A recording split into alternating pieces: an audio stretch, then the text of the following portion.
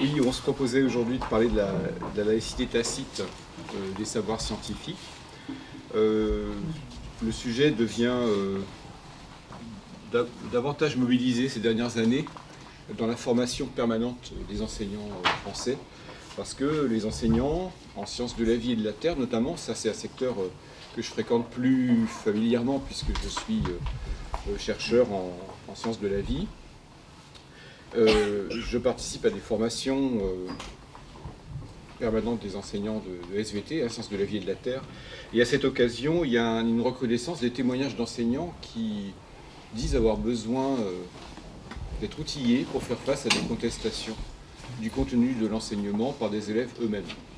Et ça, c'est pas que au lycée, c'est aussi dans le premier cycle universitaire qu'on voit ces phénomènes, on va dire, augmenter en fréquence, en L1, L2, L3. Et ma posture par rapport à ça, c'est de tenter d'expliciter, rien de très nouveau sous le soleil, mais en tout cas d'expliciter ou de réexpliciter les attendus élémentaires, les attendus cognitifs, à quel genre de jeu on joue dans un laboratoire, qu'est-ce qui fait qu'une assertion est scientifique, qu'est-ce qui fait qu'elle ne l'est pas, et tout particulièrement, s'agissant des enseignants aujourd'hui de collège et de lycée, comment peut-on caractériser rapidement la différence qu'il y aurait entre un savoir scientifique, à savoir, disons, une croyance religieuse et une opinion. Et même si ces choses nous semblent acquises, parce que tous ces mots nous sont familiers, je pense qu'il y a un besoin de faire de la, comment dire, de l'épistémologie de combat, c'est-à-dire en fait donner des arguments à la fois clairs et rapidement mobilisables pour des enseignants qui n'ont pas beaucoup de temps pour répondre à des élèves qui sont en questionnement sur ces limites, justement. Et ça, c'est un point, on va dire épistémologique, quelle est la mécanique intellectuelle qu'on utilise quand on est en sciences. Il y a un autre point qui est un point politique, c'est que l'espace de la classe, c'est pas un espace où tout peut être dit. C'est pas, enfin, si tout peut être dit, ce n'est pas un espace où tout peut être pris comme valant pour tous. C'est-à-dire qu'en fait, il y a un contrat, dans l'espace de la classe, un contrat politique qui est fixé par Condorcet dès 1792, et c'est ce contrat qu'il s'agit de réexpliciter là aussi. Après tout, enseigner des sciences dans l'espace scolaire, ça s'est décidé à un moment donné. C'est pas évident. Si vous faites un screening, comme on dit en anglais, si vous faites comment dire, une évaluation assez globale de ce qui s'enseigne à travers le monde, selon les pays, on s'apercevra qu'il y a des pays où les sciences ne sont pas bienvenues dans l'espace scolaire, et il y a surtout des pays où certaines sciences ne sont pas bienvenues dans l'espace scolaire. On n'enseigne pas l'évolution biologique en Turquie, on a du mal à l'enseigner en Irlande, on ne l'enseigne pas en Pologne au niveau du secondaire, par exemple. Enfin bref, ce qu'on enseigne comme science dans l'espace scolaire est une décision politique. Parce que vous devinez bien que dans l'espace scolaire, ce qui se joue, c'est la formation qu'on attend pour le citoyen de demain. Et évidemment, c'est l'espace politique le plus noble qui soit en cette matière. Alors, caractériser, aider mes concitoyens, aider les enseignants à faire face à des objections du contenu de l'enseignement, vous l'avez compris, il y a deux lignes de force stratégiques, didactiques, on devrait dire aussi. Une ligne épistémologique, donc qu'est-ce que c'est que la science, qu'est-ce qui n'en est pas, et l'autre ligne, elle est politique, pourquoi on fait de la science à l'école. Je commencerai par la distinction savoir, croyance, opinion. Parce que Condorcet, finalement, dans son projet de citoyenneté de 1792, prévoit que le citoyen de demain sera capable de jouir de ses droits et d'exercer ses devoirs grâce à une propriété qu'on va parier chez tous, c'est la raison. Évidemment, Condorcet est une figure majeure de l'esprit des Lumières, de la philosophie des Lumières, et on tire tout le monde vers le haut, on se dit, le vivre ensemble là dehors, eh bien, on fait le pari qu'il va être efficace, effectif, pacifié, pacificateur, émancipateur, si les individus sont capables d'utiliser leur raison. Condorcet sait très bien que tous les individus ne sont pas également capables de mobiliser leur raison, mais c'est un pari optimiste. On essaie de tirer tout le monde vers le haut. Et si vous voulez un contraste, parce que quand on dit ça à des jeunes aujourd'hui, ça leur parle peut-être pas. Après tout, ce sont des acquis sur lesquels on s'est endormi. Mais si on veut un contraste, il faut se rappeler ce que c'est l'école dans l'Ancien Régime. L'école dans l'Ancien Régime, c'est pas véritablement de la science qu'on va y enseigner, ou c'est pas vraiment véritablement la raison qu'on va mobiliser. C'est le statut d'individu dans l'espace public sera régi par la suggestion de l'individu en la personne du roi, et le roi, c'est le représentant de Dieu sur terre.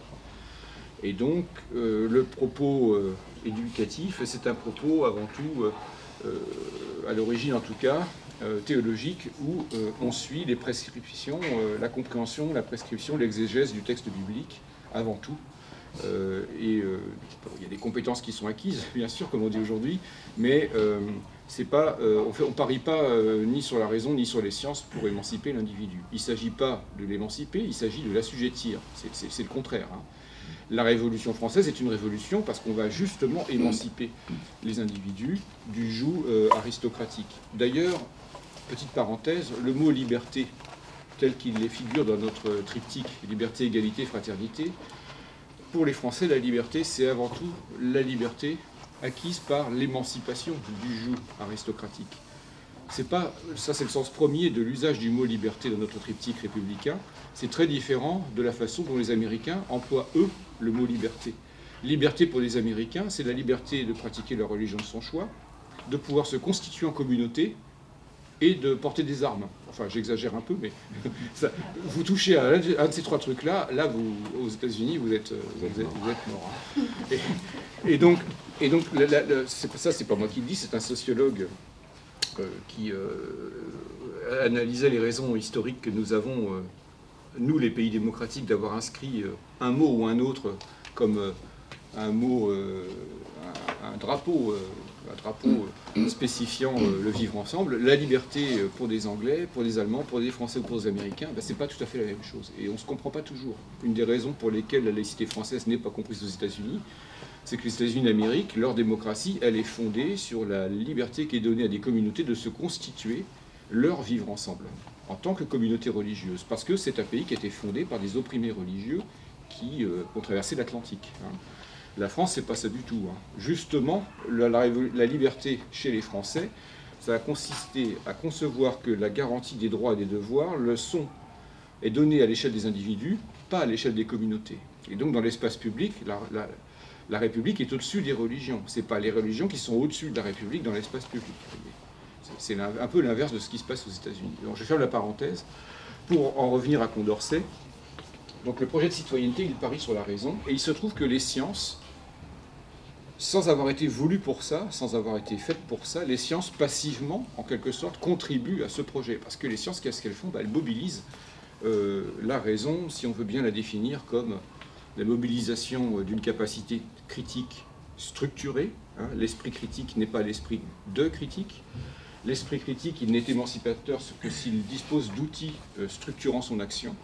Il y a donc des attendus cognitifs de base pour mettre en œuvre un esprit critique. Et le respect de la logique et le principe d'économie d'hypothèse font partie de la raison qu'on utilise tous les jours lorsque nous faisons des inférences sur ce qui se passe, ce qui a bien pu se passer parce que j'ai perdu mes clés et que j'arrive pas à les retrouver.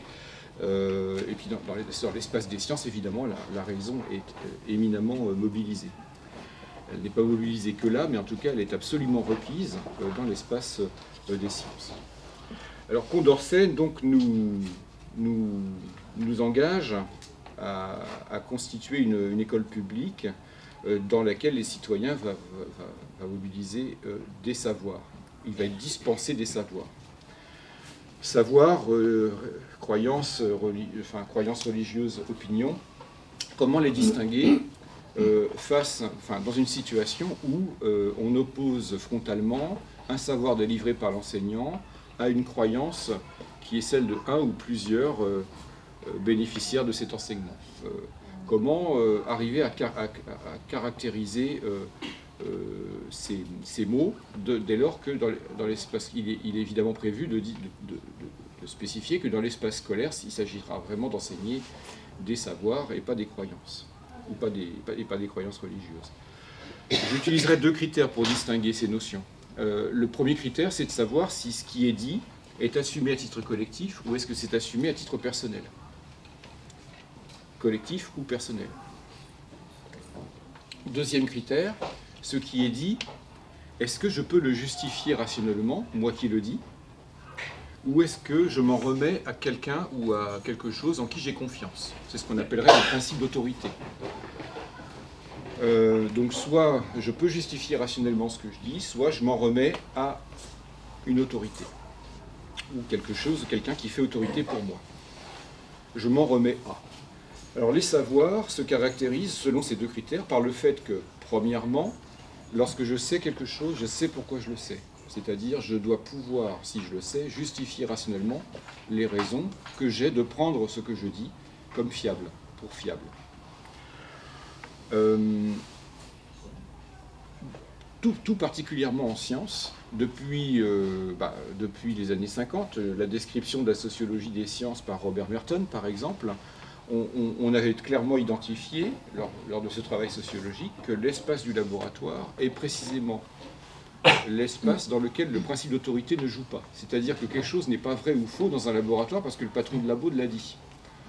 Quelque chose n'est pas vrai ou faux parce que ma grand-mère l'a dit, ou parce que... Nous nous fondons évidemment, lorsque nous commettons des expériences scientifiques, nous nous fondons sur les épaules de nos prédécesseurs. Nous avons des postulats, mais que nous tenons pour fiables. Et quand bien même prenons-nous ces postulats pour fiables, on ne fait pas d'expérience sans postulat, on peut toujours aller vérifier ces postulats et les questionner. Il est toujours possible que ce postulat soit remis à l'épreuve avant de continuer à travailler dans une direction particulière. Ce que je veux dire par là, c'est que le postulat n'est pas tenu pour vrai parce que quelqu'un ou quelque chose en a régi l'autorité, l'immuabilité, si vous voulez. Deuxièmement, un savoir est assumé à titre collectif. Et ça, c'est particulièrement vrai des savoirs scientifiques.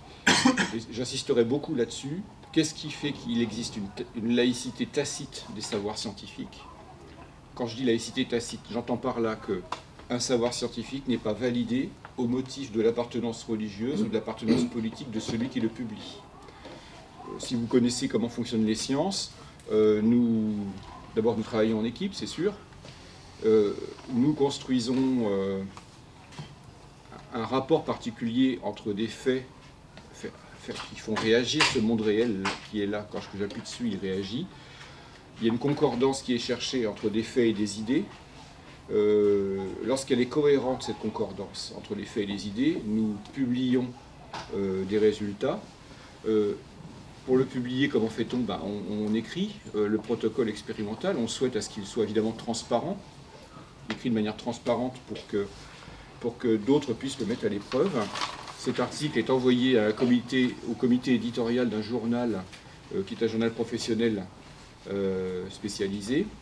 La table éditoriale va envoyer l'étude pour évaluation à des pairs. C'est ce qu'on appelle l'évaluation par les pairs PAIRS. Les pairs sont des gens qui font le même métier que vous et qui vérifient que dans votre travail, eh bien, il n'y a pas de biais. Il n'y a pas de faute, il n'y a pas d'erreur, enfin bref. Il y a une évaluation qui est faite, ça revient. On se fait souvent bien, d'ailleurs, on ne se fait pas de cadeaux. Hein.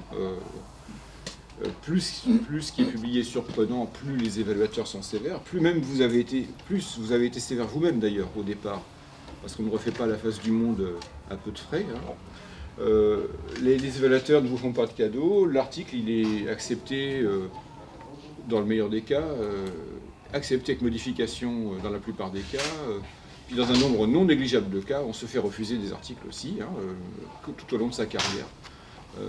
Voilà, donc dans tout ce processus, évidemment, vous devinez bien que c'est un collectif professionnel qui est mobilisé. Donc je vous raconte ça pour souligner le fait que le contexte de stabilisation des connaissances, il est collectif. Une fois que votre article est publié, vous êtes bien content. Ah, j'ai publié mon article dans un journal à haut facteur d'impact, parce que nous sommes tous cotés. Hein. Les journaux sont cotés, mais les individus sont cotés aussi. Les équipes sont cotées. On a une agence nationale d'évaluation de l'enseignement supérieur et de la recherche qui nous évalue en ce moment d'ailleurs et qui donne des notes aux équipes scientifiques. Nous sommes évalués en permanence. C'est normal d'ailleurs. C'est normal puisque nous travaillons avec vos impôts, et que donc le retour sur le retour sur investissement, c'est l'évaluation des équipes, c'est la vérification que ces équipes publient bien, travaillent bien, et puis aussi diffusent les connaissances, comme je le fais aujourd'hui, vers les publics. Quand même êtes-vous content d'avoir publié dans un journal à haut facteur d'impact, c'est pas fini.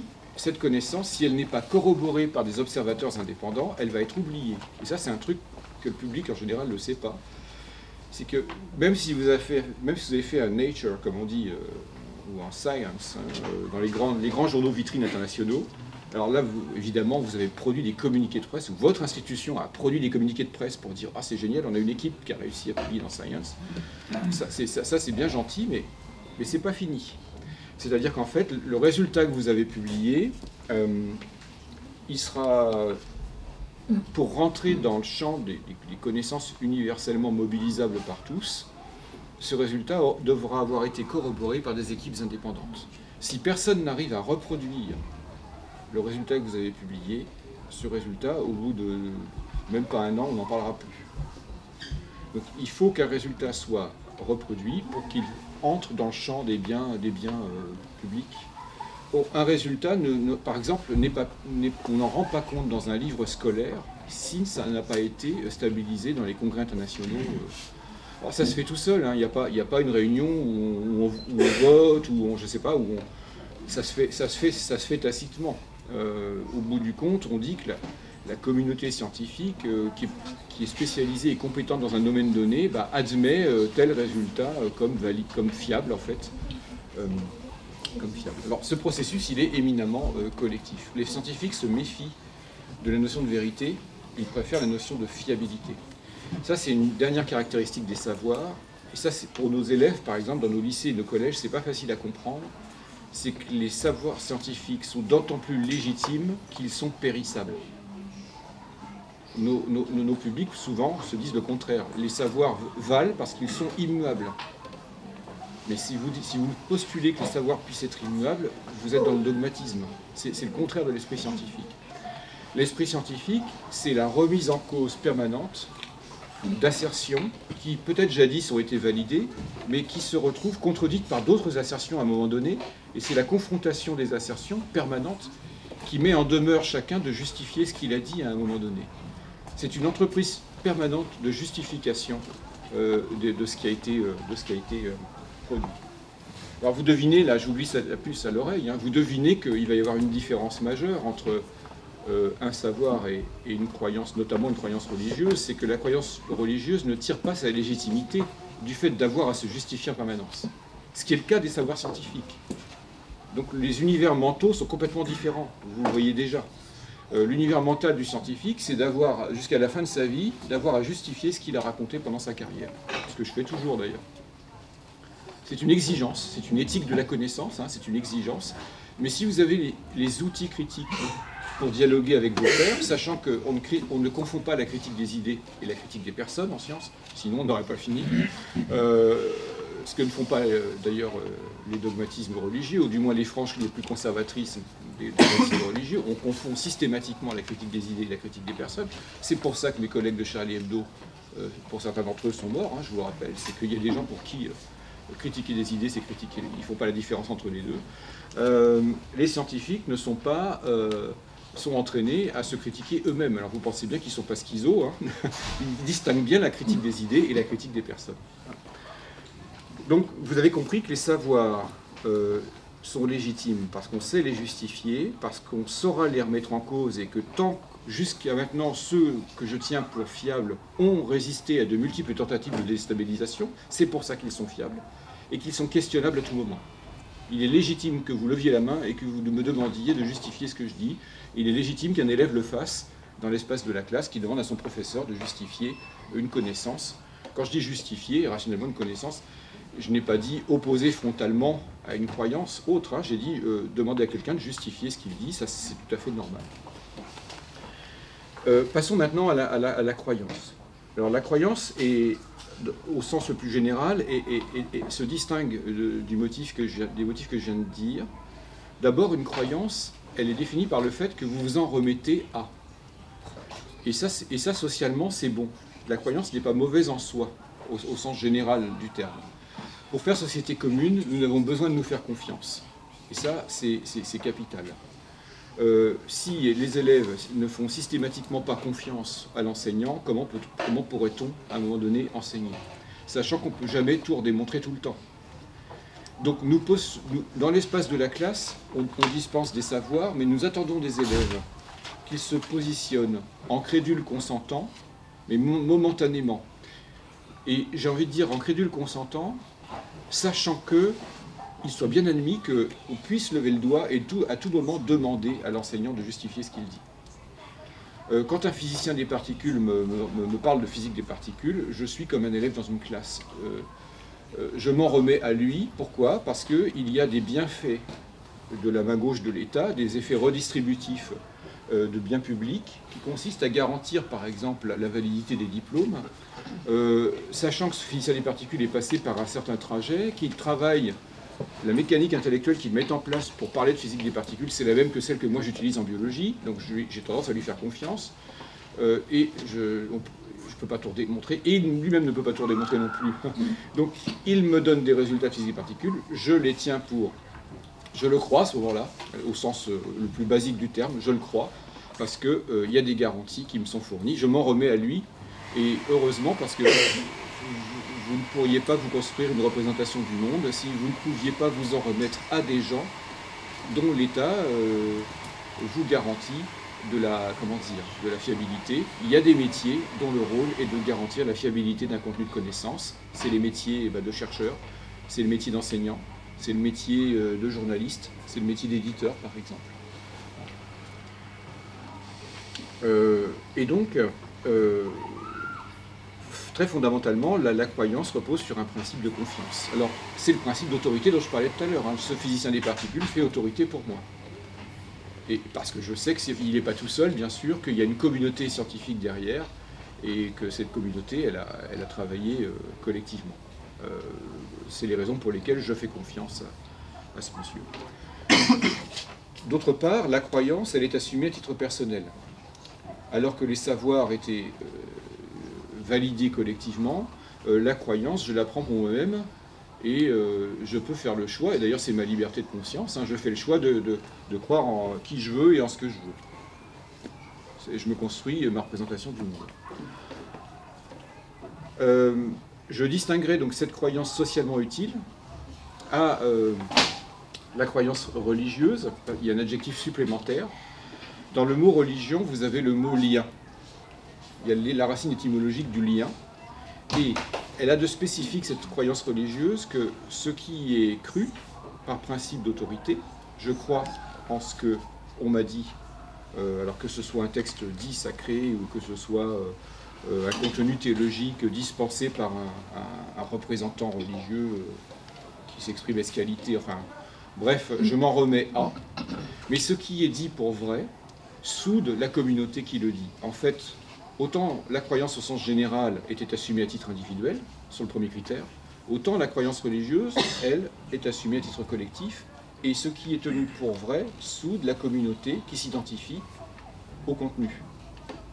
Donc, si vous demandez à quelqu'un de justifier rationnellement sa croyance religieuse, vous semblez l'agresser, même si vous n'avez pas voulu le faire.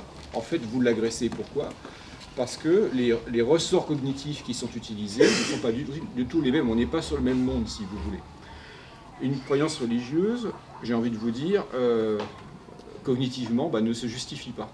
Justement, c'est ce qu'il a défini. Elle tombe d'un principe d'autorité, elle ne se justifie pas. Et elle est assumée à titre collectif, comme l'indique le mot religion d'ailleurs. Et donc évidemment, si vous produisez une assertion qui est logiquement contraire à une assertion promue par une croyance religieuse, eh bien, il y a une confrontation d'assertions, et il appartient à chaque individu de gérer la contradiction pour lui-même dans la sphère privée. Je ne peux pas blâmer mes concitoyens de ne pas prendre les sciences au sérieux. Je le regrette, mais je ne peux pas les blâmer. La laïcité française garantit ce qu'on appelle la liberté de conscience dans la sphère privée. Et donc, l'articulation entre une assertion religieuse et une assertion scientifique, c'est pas aux scientifiques de la faire. Ouais, on n'aurait pas, c'est pas à l'enseignant de la faire non plus, on n'aurait pas fini, hein, si vous voyez ce que je veux dire. Parce que justement, chaque citoyen s'est construit ses options, enfin, sa marqueterie d'options métaphysiques personnelles, hein, s'est construit sa représentation du monde, dont on espère qu'il y a au moins une partie de commune, sinon on n'arriverait pas à faire société commune, ça serait difficile.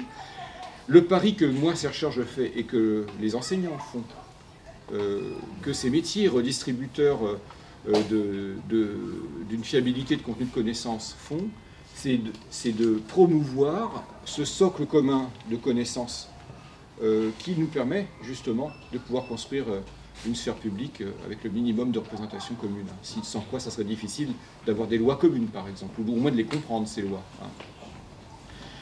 Donc, il appartient évidemment aux individus de faire l'articulation entre de possibles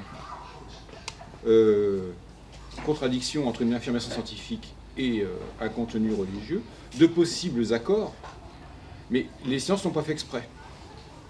Et c'est là que j'insiste là-dessus. Les sciences, elles posent des trucs sur la table et elles vous disent, ben voilà ce que le bien public peut vous délivrer, arrangez-vous avec ça. C'est pas à nous, scientifiques, de prescrire. Alors, ça serait plus un travail de philosophe éventuellement, mais nous, scientifiques, c'est pas à nous de prescrire l'articulation qu'il y a à faire entre une connaissance scientifique et tel ou tel dogme religieux. On n'en aurait pas fini, il y en aurait une liste longue comme ça, et l'enseignant, imaginez quoi. Donc, je sais que certains enseignants sont angoissés du fait que des élèves refusent le contenu de l'enseignement en sens de la vie.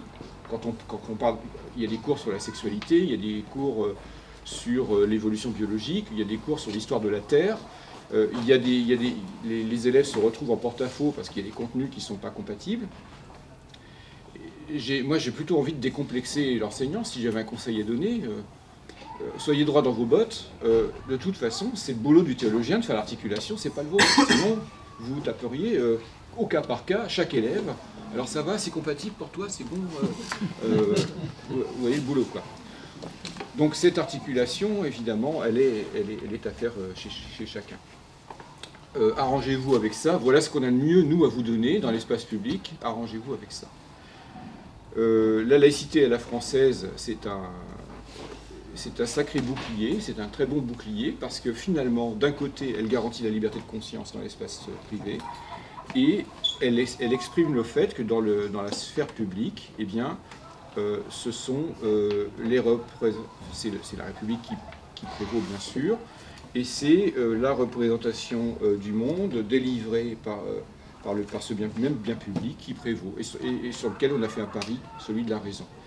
Il est arbitraire, ce pari. On aurait pu faire de la France une théocratie, comme les Américains voudraient faire de leur pays d'ailleurs, ou comme certains Australiens voudraient aussi. C'est pas ce qui s'est passé au cours de l'histoire. Moi, je suis assez tranquille avec cette idée que recontextualiser épistémologiquement et historiquement ce qui se passe dans l'espace de la classe, c'est quelque chose de bon et qui met tout le monde, on va dire, qui donne des repères en tout cas aux élèves et qui met l'enseignant en quelque sorte droit dans ses bottes. Pour finir, les opinions, elles sont assumées à titre personnel, c'est le premier critère.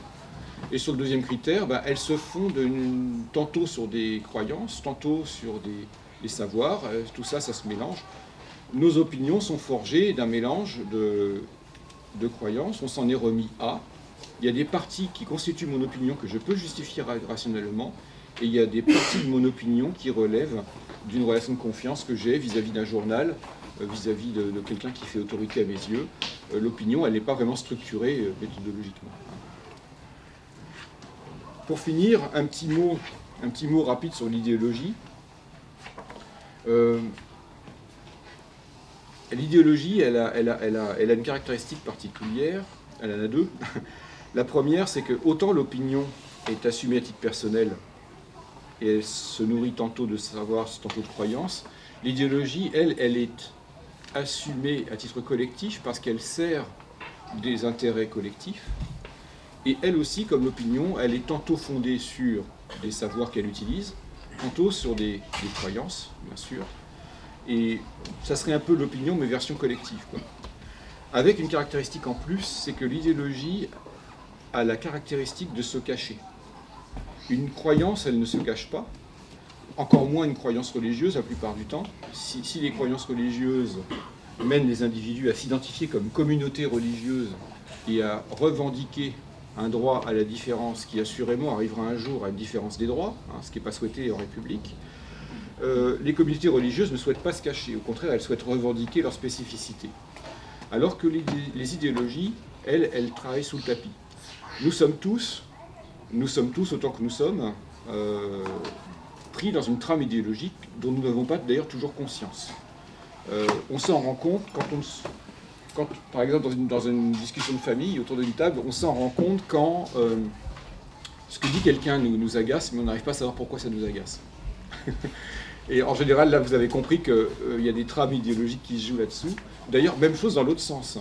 Vous rencontrez quelqu'un, je sais pas moi, à un drink, à un pot, et puis, wow, vachement sympa, vous avez vachement d'affinité avec la personne, vous n'arrivez pas trop à savoir pourquoi vous sentez vachement d'affinité, mais justement, peut-être que vous êtes dans la même trame idéologique, et sans le savoir, ça crée tout de suite un sentiment d'affinité, bien sûr. Et donc l'idéologie, elle travaille en sous-cap, en quelque sorte, et elle a une relation, c'est pour ça que j'en parle, elle a une relation prédatrice par rapport à la science. Une relation prédatrice par rapport à la science et par rapport à l'histoire. L'idéologie, elle est récurrente, elle se définit par sa récurrence depuis 2000 ans. C'est toujours les mêmes vieux motifs idéologiques qui reviennent, mais ils sont rhabillés avec des oripeaux qui sont empruntés un peu à la science, un peu à l'histoire. L'idéologie réécrit l'histoire à son besoin, et l'histoire, elle, quand elle est libre de travailler de manière autonome, elle va éclairer l'historicité de l'idéologie, qui va du coup éclairer les motifs de sa récurrence. Elle va démasquer l'idéologie de l'histoire. Et la science, c'est pareil.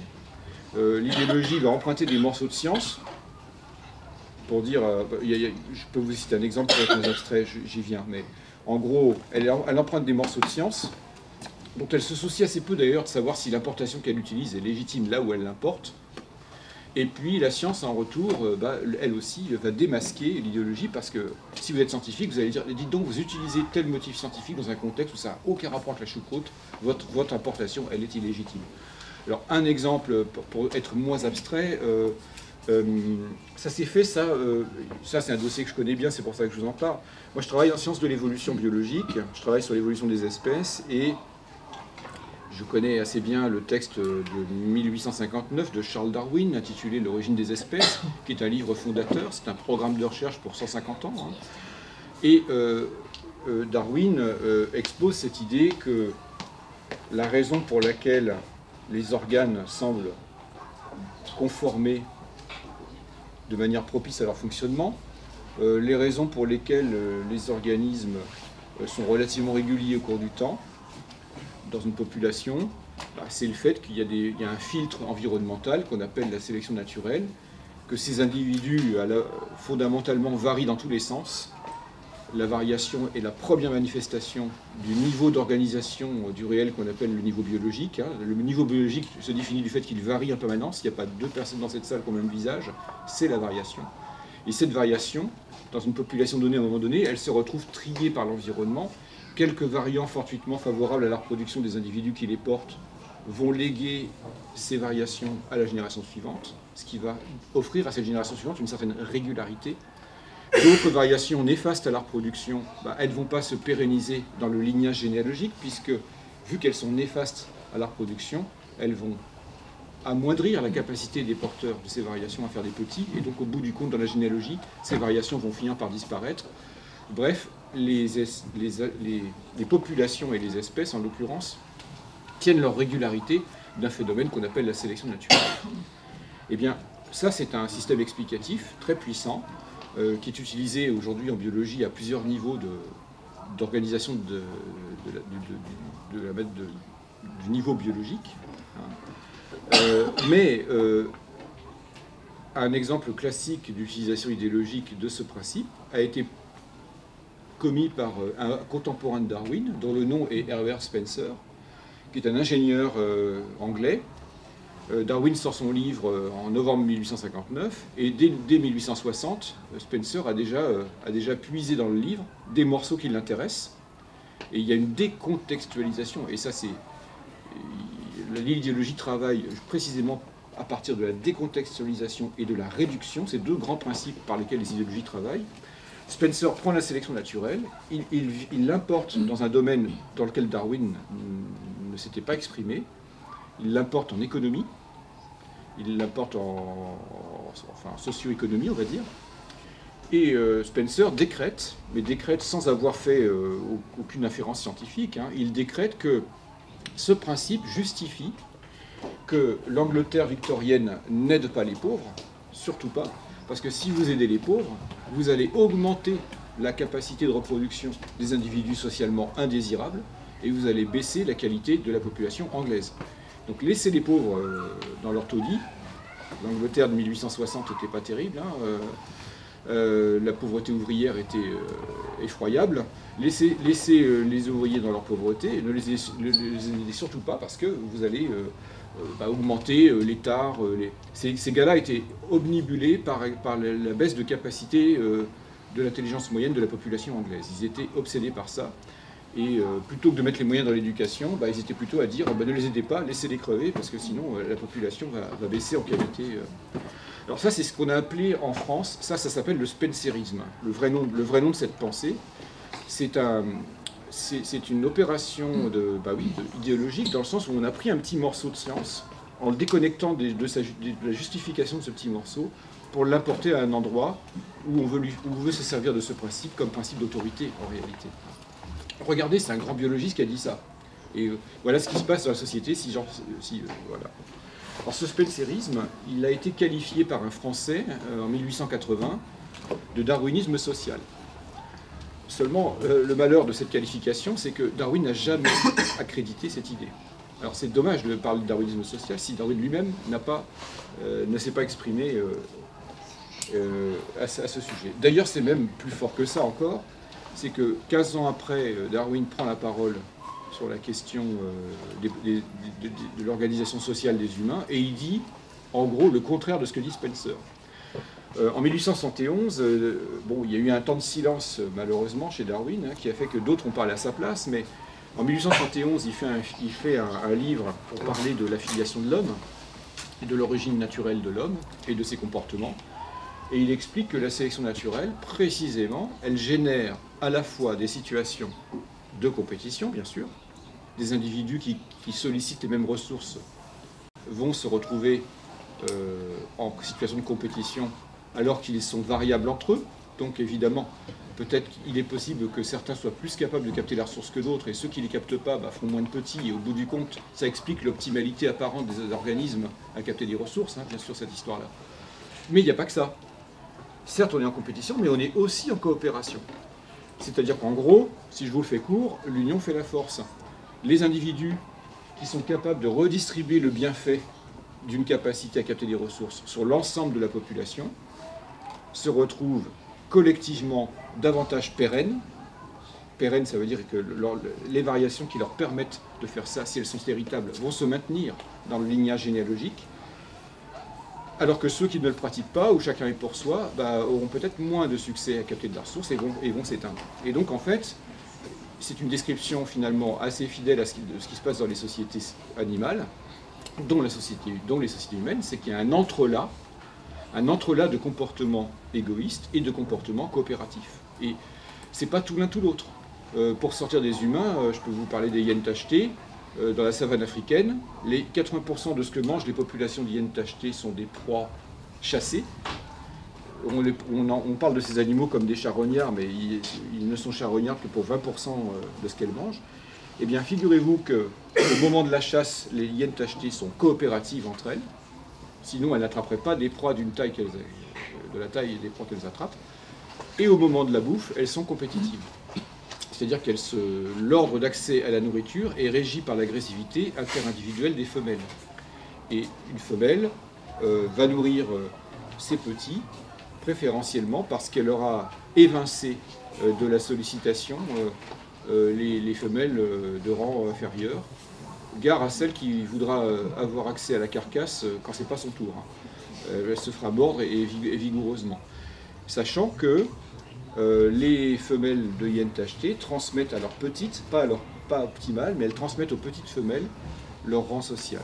Il y a un effet d'entraînement entre l'accès à la nourriture et donc la santé physique des individus et le rang social. Il y a ce qui fait qu'en fait, ce qui explique en partie leur agressivité, puisque pour ce rang social, et en particulier pour la position de premier, il y a une situation de compétition. Donc, juste un exemple pour dire que les deux, évidemment, se manifestent et que Spencer, il est allé chercher un peu ce qui l'intéressait. Hein, voilà. Donc je ferme cette parenthèse sur l'idéologie, c'est qu'il y a un travail d'instrumentalisation de l'idéologie qu'on peut apprendre qu'on peut tenter de détecter. Alors cette idéologie, elle est à l'œuvre, évidemment, par des forces économiques ou alors des forces politiques ou des forces religieuses. Hein. Il peut y avoir différentes natures, hein, différents secteurs de l'activité humaine qui expriment des motifs idéologiques. Les scientifiques ne sont pas évidemment hors bain, et je terminerai là-dessus. Bien sûr que les scientifiques, alors chacun dans leur laboratoire, sont soumis à un contexte idéologique. Ils sont soumis à un contexte économique, à un contexte politique, à un contexte social, à un contexte culturel, à un contexte historique. Et évidemment que chaque scientifique est situé dans l'espace et dans le temps. Il y a des livres entiers qui sortent sur l'objectivité scientifique et qui essaient de démontrer que l'objectivité scientifique, ça n'a pas de sens. Je dirais que c'est un mauvais procès. L'objectivité d'un individu, elle tient à l'effort que fait cet individu de ne pas faire de faute de logique. On va dire et puis de respecter un certain nombre d'attendus cognitifs dans l'espace du laboratoire. Bon, dans l'espace du laboratoire, on suppose que les choses que je regarde, elles existent indépendamment de moi, par exemple. J'essaie de ne pas faire de faute de logique. Je ne mobilise pas des entités conçues a priori comme immatérielles. Par exemple, je ne mobilise pas comme principe explicatif l'intervention divine. Sinon, il n'y a plus de manip à faire. Hein. C'est bon, c'est expliqué, quoi. Je ne mobilise pas les anges, les esprits qui traversent les murs. Je ne mobilise pas l'élan vital. Enfin, toutes ces sortes de choses que les humains ont inventées et dont ils ont besoin de penser qu'elles soient immatérielles a priori. Je ne mobilise que des forces naturelle, ou expliquer la nature par les seules ressources de la nature. Tel est le nouveau contrat que les scientifiques ont passé avec la connaissance depuis 200 ans. Depuis Buffon, Diderot, hein, expliquer la nature avec les seules ressources de la nature. Si vous postulez des entités extranaturelles, c'est bon, quoi, c'est plus la peine de faire une manip. Alors, il y a des attendus comme ça que nous respectons dans l'espace du laboratoire. Ça serait une tentative de caractériser ce qu'on pourrait appeler l'objectivité. Mais retenez toujours que l'objectivité celle qui est souhaitable, hein, c'est une intersubjectivité. Elle résulte du fait que différentes équipes, indépendantes les unes des autres, auront corroboré le même résultat. En fait, l'objectivité scientifique, c'est une intersubjectivité. Peu importe que ce qui vous a inspiré pour faire une manip, c'est le rêve que vous avez fait la nuit dernière, ou si c'est la religion à laquelle vous appartenez. Peu importe si c'est parce qu'il n'y avait plus de fric dans le labo que la manip vous l'avez faite comme ci et pas comme ça. Évidemment qu'il y a des contingences historiques et économiques dans un laboratoire. Mais ce qui va compter au bout du compte, c'est ce filtre collectif. C'est-à-dire que si votre manip elle est par trop entachée de singularité, de subjectivité individuelle, eh bien, vous inquiétez pas, les reviewers, hein, l'évaluation par les pairs, rappelez-vous, les reviewers, ils ne vous feront pas de cadeau. Et donc, finalement, c'est ceux qui voudront défendre la connaissance en tant que bien public souligneront toujours le caractère collectif du travail des scientifiques. Ceux qui veulent instrumentaliser les sciences ou les fragiliser tendront toujours à isoler le scientifique en tant qu'individu. Et ça, c'est une trame idéologique que je repère. Alors moi, je suis hyper entraîné à le repérer. Mais lorsque le journal La Recherche est dirigé par un rédacteur en chef qui s'appelle Olivier Postel-Vinet, et qui fait partie de ces écoles des intellectuels français qu'on appelle des relativistes, où toute assertion est également vraie pourvu qu'elle soit considérée dans son contexte culturel. Waouh! Ça, c'est carrément le projet d'universalisme porté par les sciences, l'universalisme de la connaissance, universalisme dans le sens où il s'adresse à tous les humains qui sont, on va dire, correctement disposés, honnêtement disposés à utiliser leur raison. Eh bien, l'universalisme du projet de la connaissance que porte le projet scientifique. Il se trouve mis à mal. Si les choses sont également vraies pourvu que vous les considériez dans leur contexte culturel, bah, deux choses peuvent être vraies en même temps. Et où est la connaissance? C'est très grave, ça, cette point de jonction entre l'épistémologie et la politique. Si vous accréditez le relativisme cognitif, comme on l'appelle, hein, eh bien, il n'y a plus d'espoir à fonder un espace public dans la République. Si les choses peuvent être vraies en même temps, parce que pourvu qu'elles soient considérées dans leur contexte culturel, la République française est habitée, effectivement, par des citoyens dont les racines culturelles peuvent différer les uns des autres. Quel est le sens de construire un projet politique commun si on n'a pas un minimum de socle commun dans la représentation du monde? Donc ce relativisme cognitif, le journal de la recherche l'a porté à un moment donné, au début des années 2000, il l'a porté, et tous les articles sur la preuve scientifique s'évertuaient à souligner le caractère singulier et particulier de la découverte chez tel et tel. Becquerel a découvert la radioactivité par coup de bol. Il avait laissé, je ne sais plus quel minéral, j'ai oublié le nom, dans un tiroir, et il avait des films radiographiques dans le tiroir. Il a laissé ça parce qu'il est parti, il était fatigué. Le lendemain, il vient, il ouvre le tiroir. Oh, la pierre a imprimé le film radiographique. Enfin bref, des contingences. Évidemment qu'il y en a des contingences. Mais ce que je veux dire, c'est que les choix qui sont faits pour parler de la science, s'ils sont oublieux, eh bien, j'en viens à penser que ces choix, ils ne sont pas faits par hasard. Il y a des forces dans la société qui ont intérêt à fragiliser les sciences pour faire valoir d'autres assertions comme également valables. Et pour les fragiliser, ils ne mobiliseront dans les sciences que ce qui est singulier aux individus. Ils ne magnifieront jamais le caractère collectif du travail des scientifiques. Les créationnistes anglo-saxons qui préparent une théocratie aux États-Unis l'ont bien compris. S'il y a un motif régulier d'argumentation qui consiste à faire valoir ce que dit un individu, à le faire relever de sa seule singularité, de ses opinions politiques, d'isoler l'individu en fait. Écoutez, ça c'est faire confondre finalement le savoir et l'opinion. C'est là que je voudrais en venir. L'opération va consister à faire passer un savoir comme étant une opinion. Et donc, comme en démocratie, chacun a le droit d'avoir son opinion, ce qui est vrai d'ailleurs, eh bien vous avez le relativisme qui s'installe et tout le monde peut faire des affaires. Donc, ceux qui voudront, et les laïcs en particulier, ceux qui sont attachés à l'enseignement tel qu'on le pratique en France, au projet de citoyenneté française, et puis plus largement, ceux qui sont attachés aux sciences, et là il n'y a pas que des Français bien sûr, il y a tous mes collègues étrangers qui sont attachés aux sciences, nous aurons tendance, si nous sommes évidemment épistémologiquement éduqués et politiquement éduqués, ce qui n'est pas toujours le cas chez les scientifiques, il ne faut pas se leurrer, nous avons tendance à valoriser le caractère collectif du travail, et qui est un caractère qui est un travail qui est fait au bénéfice de nous tous concitoyens. Merci.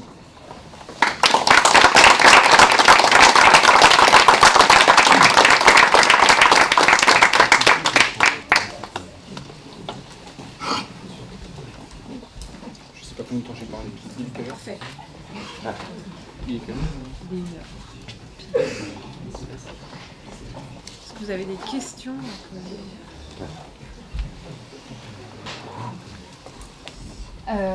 Bonjour, je suis Caroline David, enseignante en SVT, en collège.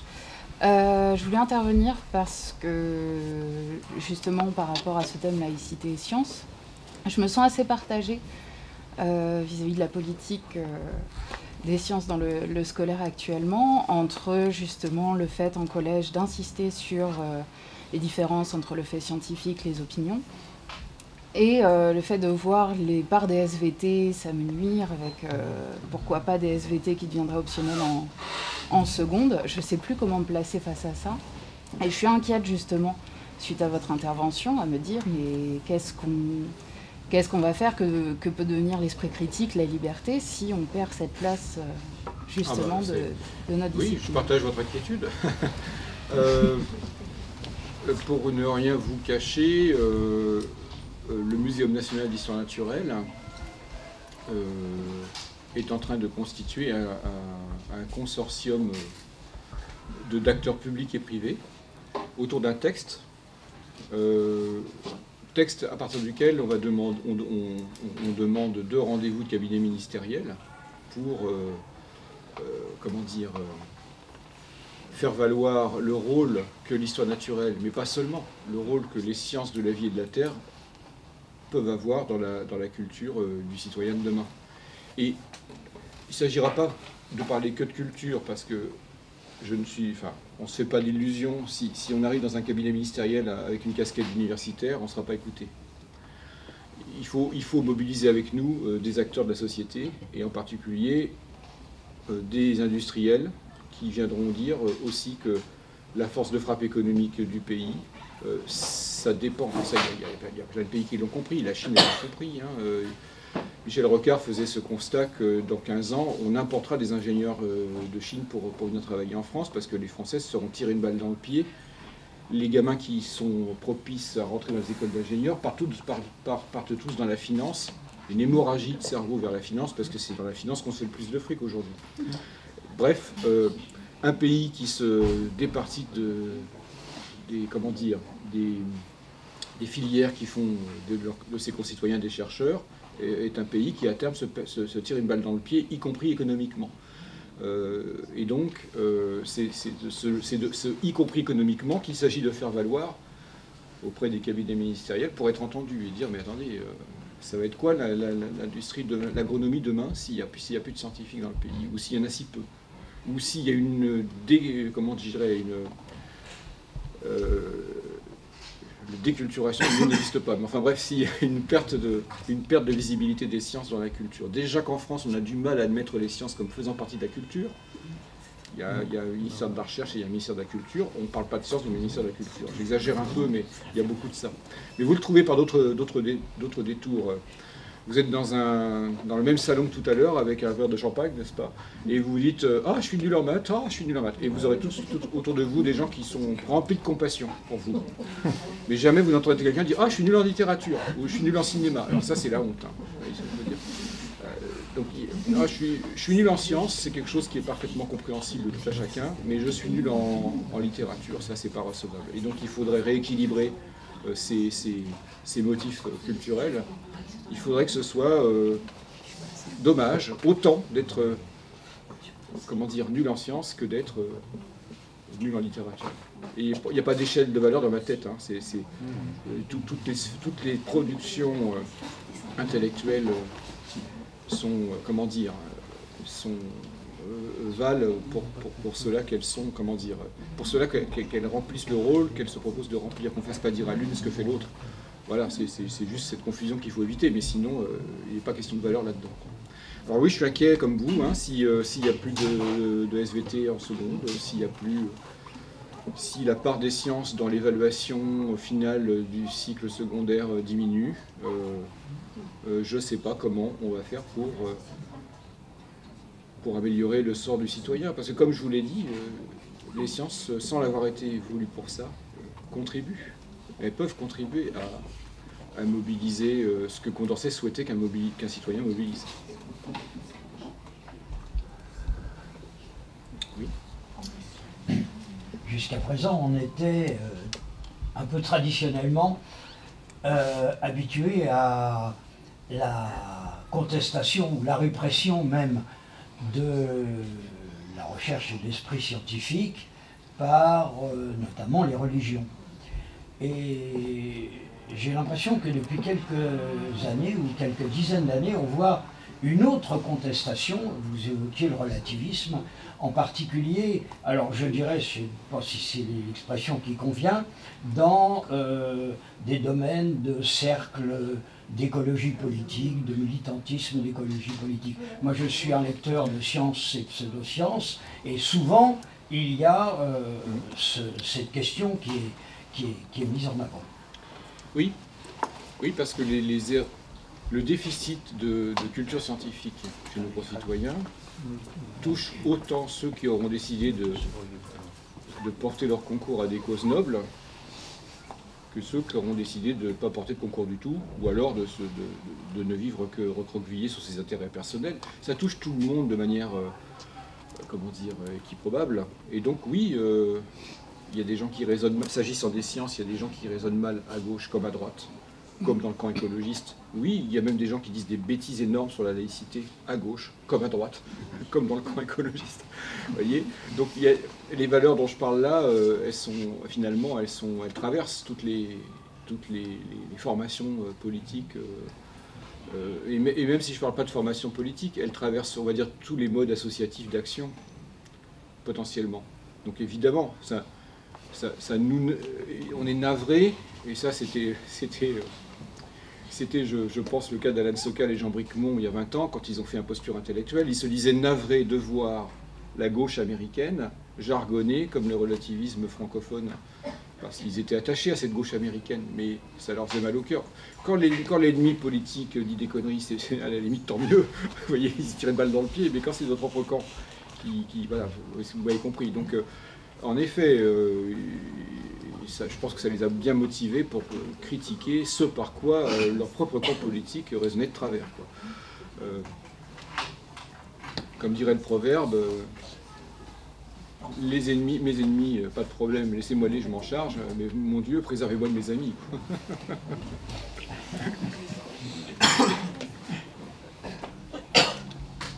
Oui, il y a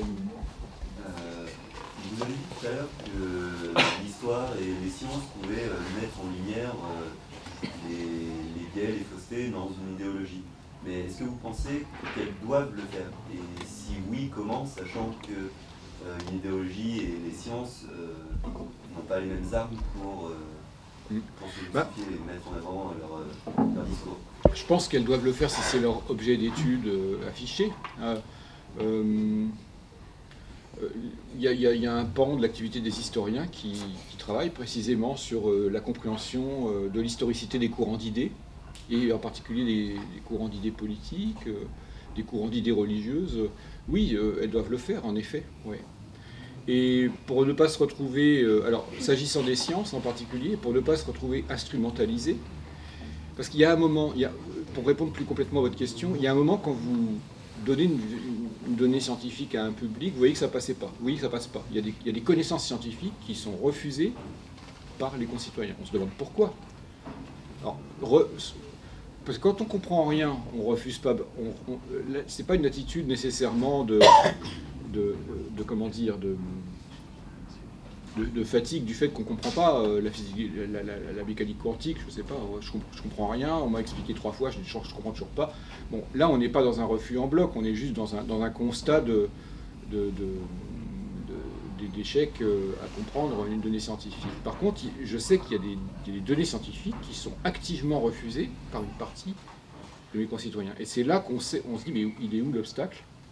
Alors peut-être qu'on a mal expliqué, alors on essaie en effet d'améliorer la pédagogie de la chose, mais ça continue à buter, et quand ça continue à buter, c'est que juste précisément là, il y a des motifs idéologiques qui empêchent. Alors en évolution, c'est énorme, en sociologie, c'est énorme aussi. Hein. C'est relativement classique ce que je vais dire, mais l'évolution, en supposant évidemment, enfin c'est pas en supposant d'ailleurs, en documentant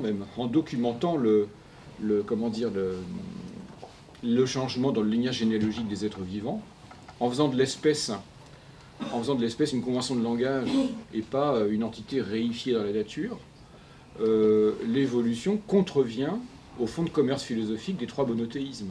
Elle ne l'a pas fait exprès, mais c'est comme ça. Les monothéismes fondent leur vision du monde d'abord sur la fixité des êtres, la fixité des espèces, et l'essence que portent ces êtres et ces espèces, dont l'origine est transcendante, cette essence qui garantit d'ailleurs leur fixité. Si je vous dis que le monde évolue, déjà l'essentialisme il est déjà par terre, quoi.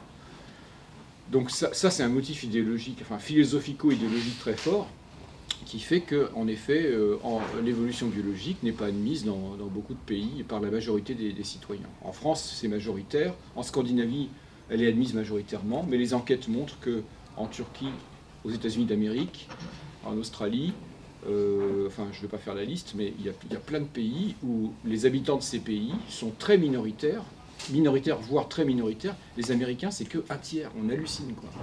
C'est 1/3 des Américains qui prennent au sérieux l'idée d'évolution biologique. Il y avait une enquête, alors elle date un peu l'enquête, hein, elle a 10 ans, hein, une enquête dans Science qui a été publiée, les États-Unis sont en queue de cortège sur l'enquête générale, pensez-vous qu'il y ait une évolution des espèces?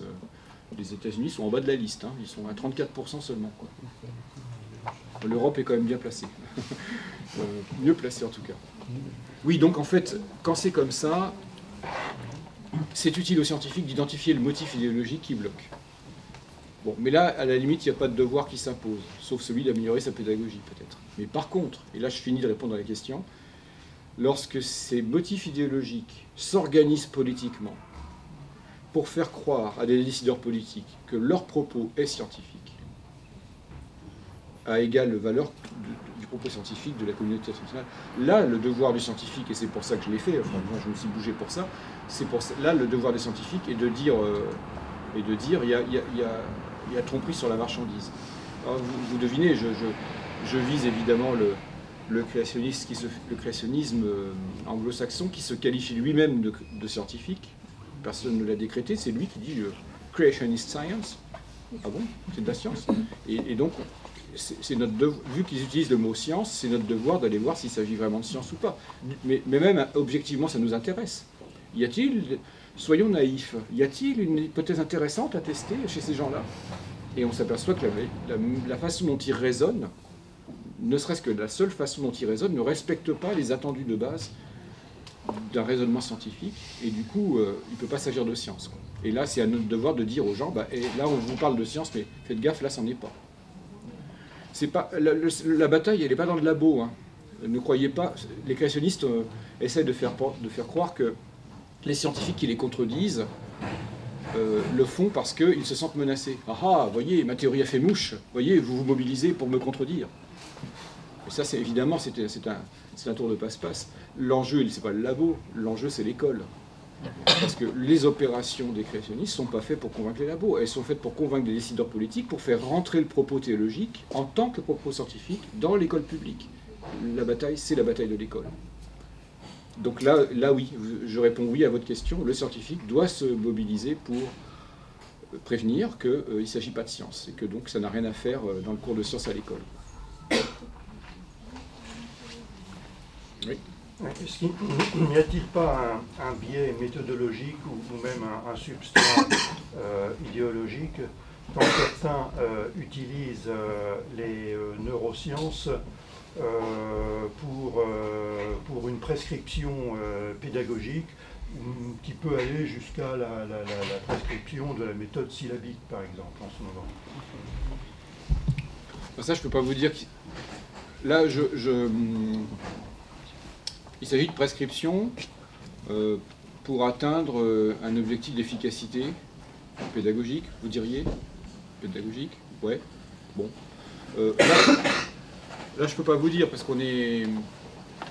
Il me semble naturel, si on a un objectif d'efficacité thérapeutique ou pédagogique, il est naturel de prendre en compte ce dont la science du moment dispose de mieux, quoi.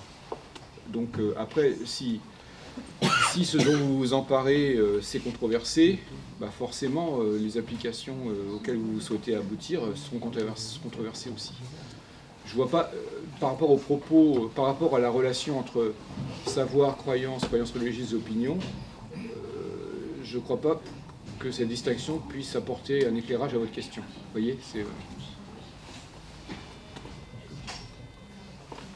Oui. Oui, je crois que ce qu'elle voulait dire, on a lu un article là-dessus récemment, c'est que, un peu comme ceux que Spencer a piqué les trucs à Darwin, il y a des politiques ou des décideurs qui prennent tel ou tel truc dans les neurosciences pour faire passer un message idéologique ou une attitude idéologique. Bon, bah, alors, si c'est ça le motif, je ne connais pas le dossier, donc je ne peux pas vous éclairer plus. Mais oui, enfin, on peut le suspecter, c'est pas impossible. C'est pas impossible. Après, est-ce que la prescription d'une méthode pédagogique particulière, est-ce que c'est de l'idéologie ou pas? Je n'oserais pas m'exprimer là-dessus, j'en sais rien. Faudrait creuser pour savoir si véritablement, typiquement, ce que fait, je vous l'ai dit, hein, l'idéologie, qu'est-ce qu'elle fait? Elle décontextualise, elle isole et elle réduit. Il faudrait vérifier, dans le cas de la méthode syllabique dont il est question, de savoir si le motif de connaissance des neurosciences, est-ce qu'il est décontextualisé? Il faudrait dire en quoi. Est-ce qu'il est réduit? Il faudrait dire en quoi. Est-ce qu'il est dénaturé? Il faudrait dire en quoi. En quoi il ne s'applique pas à ce à quoi on se propose de l'appliquer. Là, on fera un travail de décortiquage, si vous voulez, de l'idéologie. Mais en ne connaissant pas le dossier lui-même, je n'irai pas plus loin.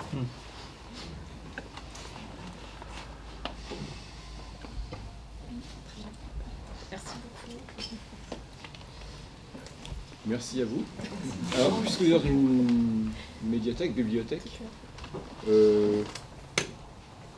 il y a, chez Belin, on m'a demandé de décrire à peu près le contenu de cette conférence sous forme de petits livres. D'accord. Il sortira en 2018. Ah, ça va, bon, ça va. Et sinon, il y a un début s'agissant des enjeux citoyens des forces créationnistes. Il y a un petit livre chez Quae que j'avais fait en 2012 qui s'appelle « Les sciences face au créationnisme ». C'est un petit bouquin qui n'est pas épais, mais qui donne un certain nombre d'éléments dont j'ai parlé aujourd'hui.